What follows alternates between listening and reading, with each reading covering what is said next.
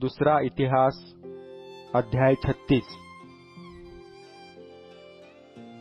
मग देशातल्या लोकांनी योशियाचा पुत्र योआहाज यास त्याच्या जागी यरुशलेमेत राजा केले।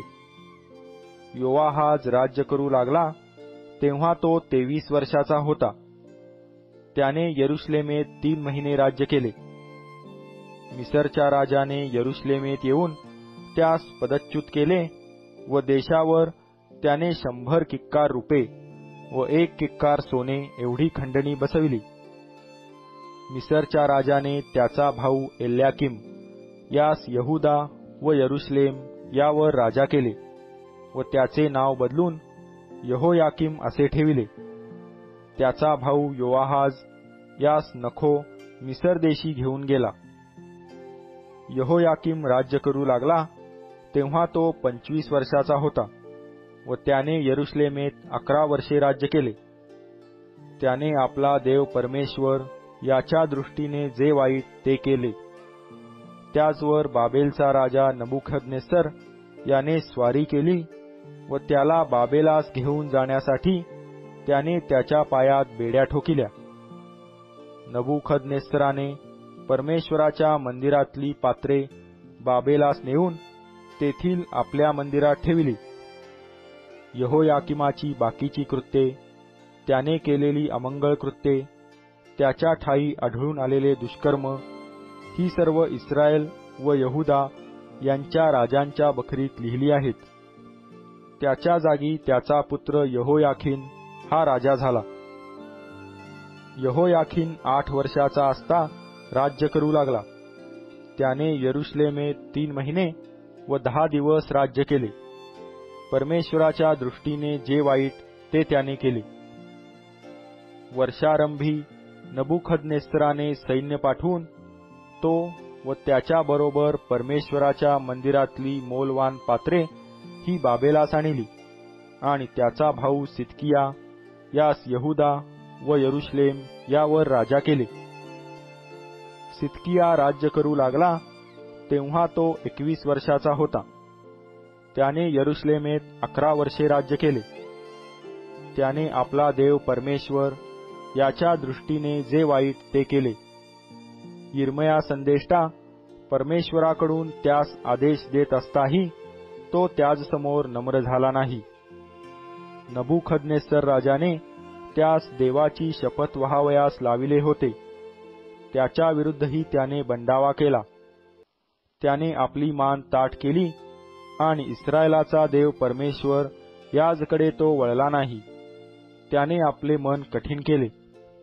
त्याचप्रमाणेच सर्व मुख्य याजकांनी व लोकांनीही अन्य राष्ट्रांच्या अमंगळ कृत्यांचे अनुकरण करून घोर पातक केले आणि जे मंदिर परमेश्वराने यरुशलेमेत पवित्र केले होते ते त्यांनी भ्रष्ट केले। त्यांच्या पूर्वजांचा देव परमेश्वर मोठ्या निकडीने आपल्या दूतांच्या हस्ते त्यास आदेश पाठवी, कारण त्याची आपल्या प्रजेवर व आपल्या निवासस्थानावर करुणा होती। पण ते देवाच्या दूतांची टेर उडवून त्यांची वचने तुच्छ मानित व त्यांच्या संदेष्ट्यांची निर्भत्सना करीत। शेवटी परमेश्वराचा कोप त्याच्या लोकांवर भडकला व त्यांचा बचाव करण्याचा काही उपाय राहिला नाही। त्याने त्याचवर खासद्यांच्या राजाची स्वारी आणली। त्याने त्यांच्या तरुण पुरुषास त्यांच्याच पवित्र भुवनात तरवारीने वधिले। त्याने तरुणांवर किंवा कुमारींवर, वृद्धांवर किंवा वयातीतांवर दया केली नाही। परमेश्वराने सर्वांस त्याच्या हाती दिले। देवाच्या मंदिरातील लहान मोठी सर्व पात्रे व निधी आणि राजा व त्याचे सरदार यांचे निधी ही सर्व तो बाबेलास घेऊन गेला। खासदी लोकांनी देवाचे मंदिर जाळून टाकिले। यरुशलेमेचा कोट पाडून टाकिला। तेथले वाडे आग लावून जाळिले व त्यातल्या सर्व चांगल्या पात्रांचा नाश केला। जे तरवारीच्या तडाख्यातून चुकून राहिले त्या सर्वांस तो राजा बाबेलास घेऊन गेला। पारसाचे राज्य स्थापित होईपर्यंत ते त्याचे व त्याच्या वंशजांचे दास होऊन राहिले।